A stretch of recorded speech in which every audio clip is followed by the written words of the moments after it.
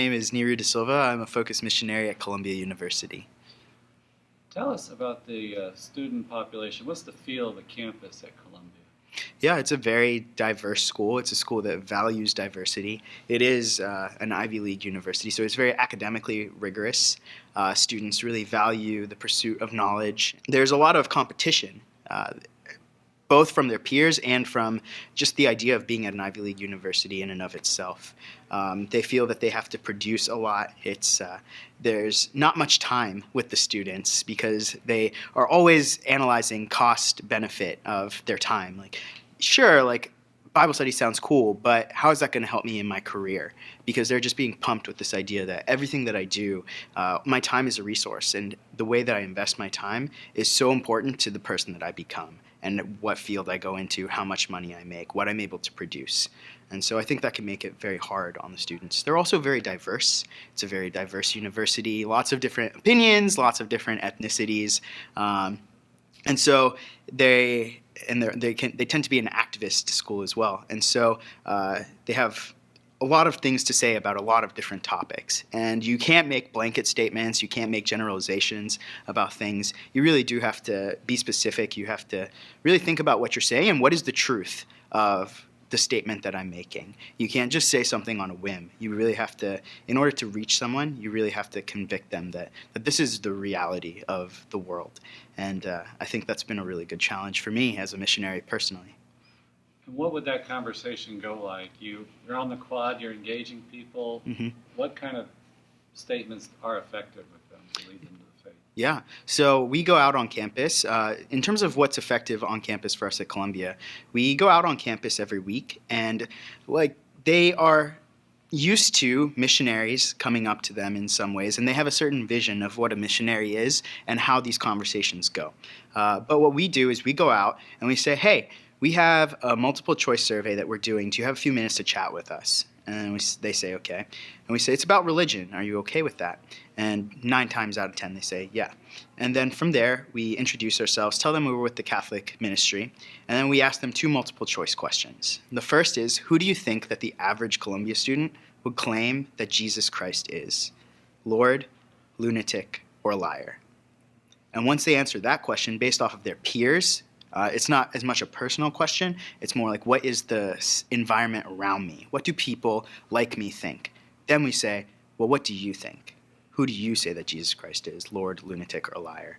And I think those 2 questions in conjunction with each other really help them to analyze the question and the truth of the identity of Christ in a way that is not just missionary trying to impose something, but let me think logically and rationally about the identity of God.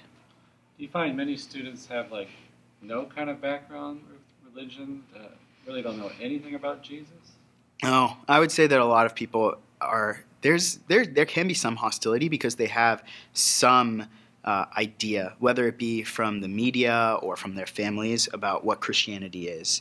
And so a lot of times what you'll hear people say, they'll bring up things about the church and its relationship with science, like the Galileo issue, or same-sex attraction, how the church is filled with hatred, or that they brainwash, that they have lots of, why do we need institutionalized religion? Why do we need someone to tell me what to believe? They really value free thinking, so anything like that.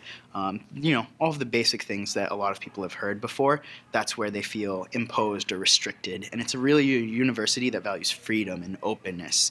And so I think through their experience with media and bad relationships of people that haven't been an authentic witness to Christ, they have this negative aversion. What do you say to overcome that, like with the gay issue? Mm-hmm.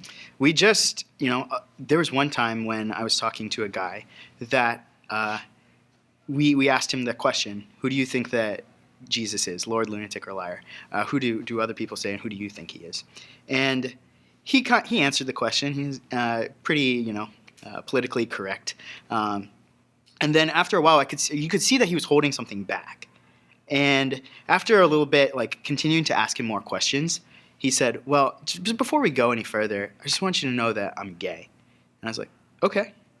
So why do you bring that up? And he's like, well, I know what the church thinks about me. And I said, well, what? And he's like, well, that I'm an abomination. And I just looked at him with like sadness, and I was like, the church doesn't think you're an abomination. The church thinks that you're a son of God. And I'm sorry that that's your impression of what the church says that you are, because it's wrong. It's a lie. And so I think a lot of that is just breaking things down, breaking down your misconceptions. And for him, he told us the story. It was because, an important figure that represented the church to him had said something like that to him and made him feel lesser. And so he just needed someone to apologize for that, to say, that's not the truth of the faith. Here it is. Will you receive it? And when you do have to talk maybe about the hard moral issues that you can't act on this inclination, how do they receive that? Yeah, I think it's really hard, especially when you have a church that seems to tell you no, no, no. That's the way they see it.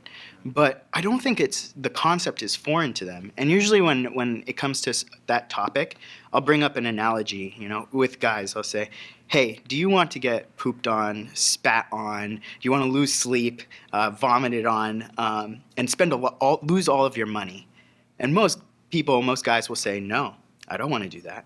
And I say, well, that's what it takes to be a father. That's the requirement. Like, all of these things are things that you have to do. But when you're a father, you don't think about all of these tasks that I have to do, all of the things that I can't do because I'm doing this. You just think about your child and your relationship, and you do these things with love because you have a relationship with them. And I think that's ultimately what these people are experiencing is they see the things that I have to do and the things that I can't do, and they're not seeing the relationship. And so what we as missionaries have to do is remind them, like, no, this is about the fact that you have a father that loves you.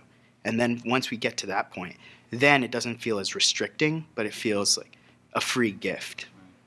Do you have some favorite stories that are really gratifying for you as a missionary? Yeah. Success stories? Yeah.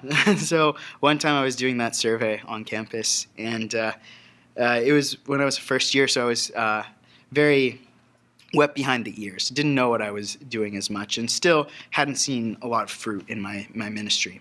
But one day we went out and we just met this guy. He was from China, on the steps of the Quad.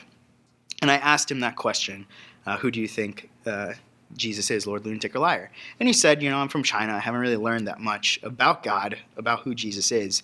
But I'm kind of interested. I would like to know a little bit more. So we had a conversation, and just in sharing a little bit about our experiences with the Catholic faith and with Jesus, he's like, wow, that's really beautiful. And we're like, well, there's more to this. Would you like to hear more about this? And he was like, yeah, I think that would be good. So we invited him to a Bible study, and he started coming to it. And it was amazing because there was one day, after about 2 or 3 Bible studies, he just, at the end of the study, he turned to me and he was like, Niru, are you doing magic? Because I don't understand how these Bible studies get better every time. I can't understand that. I think one time you tell me something about Catholicism and it sounds great, just too good to be true. And I think it can't get any better than this. But then the next Bible study, you tell me something else and it is better. And he just couldn't believe it. And it's just a testament to the faith of just that there's always, it's not a gift that is opened and that you just look at and you're like, wow, great, and you throw it aside. But it's always just this constant surprise. There's always this invitation to go deeper. And so with him, he eventually just fell in love with the faith. And my chaplain asked me to lead an untraditional RCIA course that would go the calendar year rather than from October until Easter Vigil. But it would start in about February, March, and would end during Advent. Because the way these students, there were a few students from China that there was a chance that they wouldn't be able to go through an RCIA program and become baptized because they could go back to China and we didn't know what was going to happen to them. So the only time period that it worked was to start it in the March and to go to Advent. And so for 2 years, my first year I led a course, and I think we had 6 students that entered the church that had baptism, confirmation, and Holy Communion in Advent. And then my second year, we had another 4 students that did it that same way. So.